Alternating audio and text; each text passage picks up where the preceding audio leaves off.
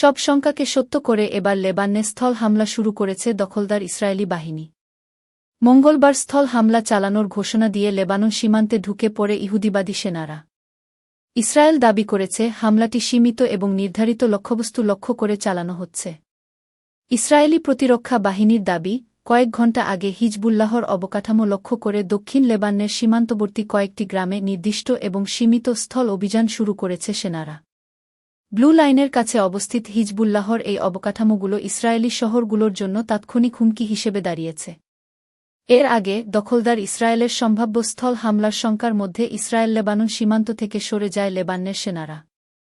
বার্তা সংস্থা রয়টার্স জানিয়েছে, গতকাল সোমবার রাতে লেবাননের সেনাবাহিনীর সেনারা সরে যেতে শুরু করেন। স্থল হামলা নিয়ে মার্কিন সংবাদমাধ্যম এক্সিওস জানিয়েছে, দখলদার ইসরায়েলের নিরাপত্তা পরিষদ লেবাননে সীমিত এবং স্বল্পমেয়াদী স্থল হামলার অনুমোদন দিয়েছে।